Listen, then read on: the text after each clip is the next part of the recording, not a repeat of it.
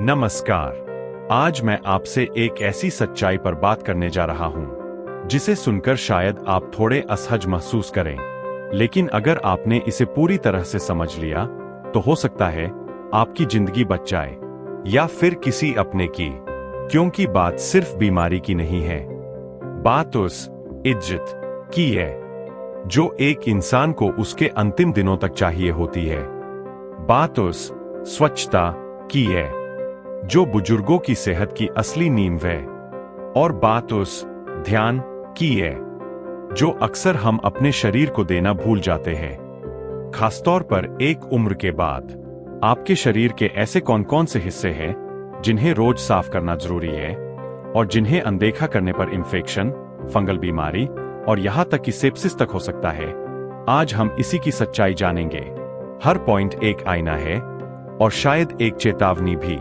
भाग 1। सफाई सिर्फ नहाने से पूरी नहीं होती। हम में से अधिकतर लोग सोचते हैं कि सुबह सुबह नहा लेना ही सफाई है। बड़े बुजुर्ग तो और भी कम समय नहाने में लगाते हैं।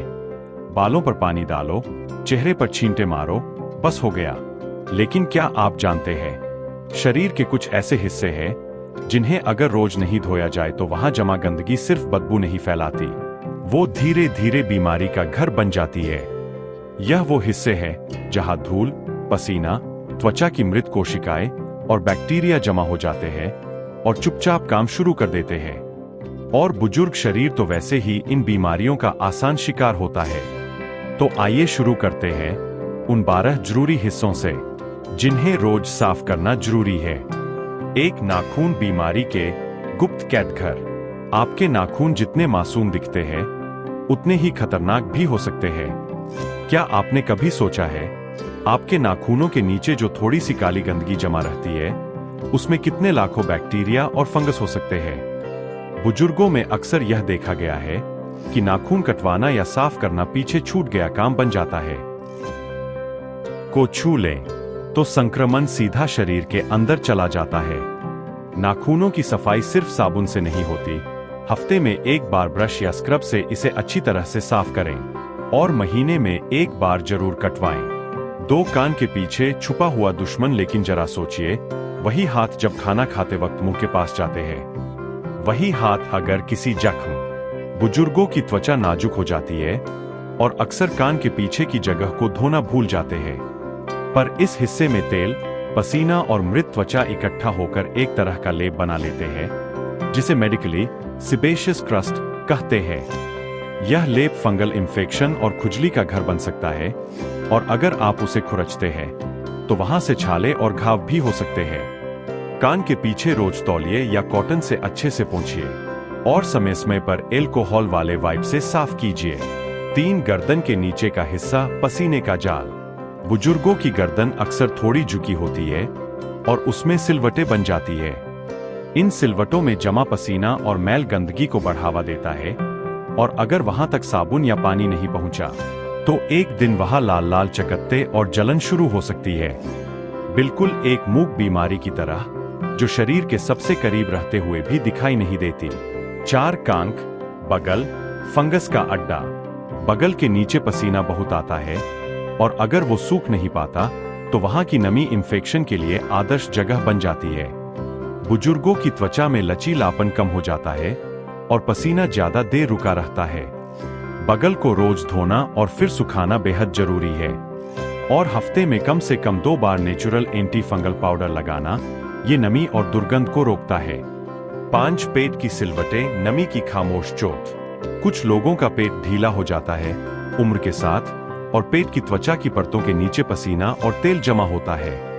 आपको लगता है सब साफ है, लेकिन इन परतों के बीच में लगातार गीलापन बना रहता है जो बैक्टीरिया की फैक्ट्री बन सकता है। हर नहाने के बाद पेट की सिलवटों को सुखाएं और जरूरत हो तो थोड़ा सा बेबी पाउडर इस्तेमाल करें। 6। नाभि, छोटी सी जगह, बड़ा खतरा। आपको हैरानी होगी जानकर कि हमारी नाभि एक बहुत ही आदर्श जगह है फंगस और बैक्टीरिया के लिए। यहाँ गंदगी सालों तक जमा रह सकती है, और अगर कभी हल्का घाव या खुजली हो गई तो इंफेक्शन बहुत जल्दी अंदर जा सकता है। नाभि को सप्ताह में कम से कम 3 बार रुई में हल्का सा नारियल तेल या डेटोल लगाकर साफ करें। 7 पैर की उंगलियों के बीच पसीने की कैद। बुजुर्गों के पैरों में सर्कुलेशन धीमा हो जाता है और अगर उंगलियों के बीच में नमी रह गई तो वहां फंगल इन्फेक्शन, एथलीट्स फुट, होना लगभग तय है। सिर्फ नहाने से काम नहीं चलेगा, नहाने के बाद तौलिए से खासतौर पर उंगलियों के बीच के हिस्से को सूखा करना जरूरी है। 8 कमर और रीढ़ की हड्डी के पास बुजुर्गों में अनदेखा हिस्सा। बिस्तर पर ज्यादा लेटने से रीढ़ की हड्डी के पास का हिस्सा अक्सर पसीने और दबाव के कारण दब जाता है। वहां स्किन ब्रेकडाउन होने लगता है और धीरे धीरे एक घाव बन सकता है। इसे बेड सोर कहते हैं, जो बुजुर्गों की जिंदगी का सबसे दर्दनाक अनुभव बन सकता है। हर दिन उस हिस्से को सुखाएं, हल्के हाथ से तेल या मॉइस्चराइजर लगाएं और अगर बिस्तर पर ज्यादा समय बीतता है तो हर 2 घंटे में करवट बदलवाएं। 9 गुप्तांगों की सफाई, इज्जत और जरूरत दोनों।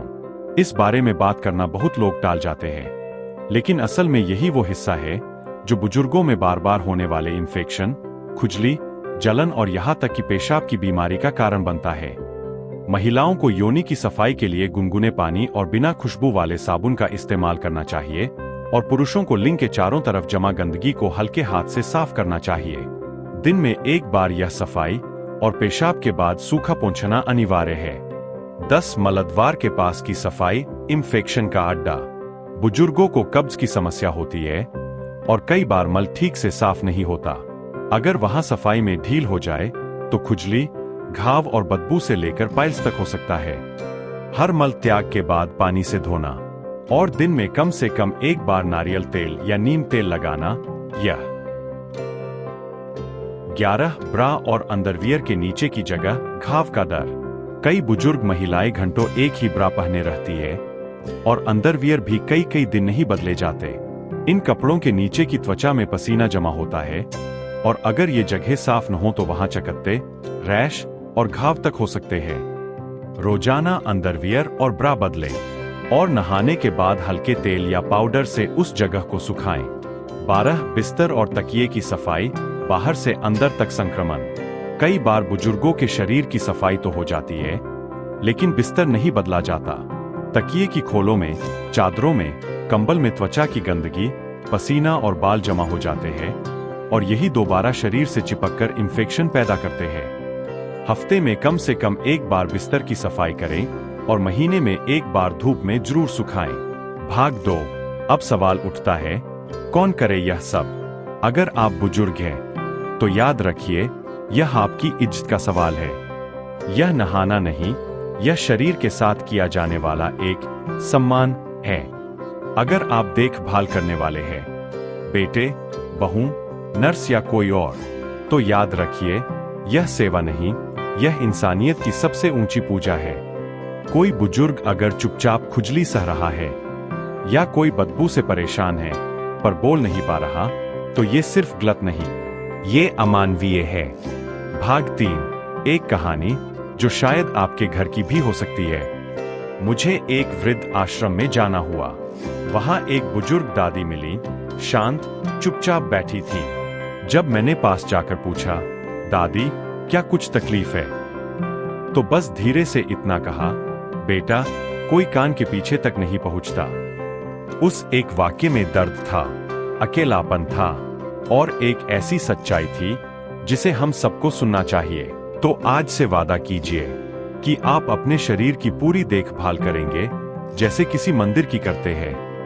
हर अंग को साफ करेंगे जैसे हर दिन उसे नया जन्म देना है, क्योंकि अगर शरीर गंदा हो तो आत्मा भी धीरे धीरे बोझिल हो जाती है और बुजुर्गों की आत्मा को हल्का होना चाहिए ताकि अंत में वो मुस्कुरा सके।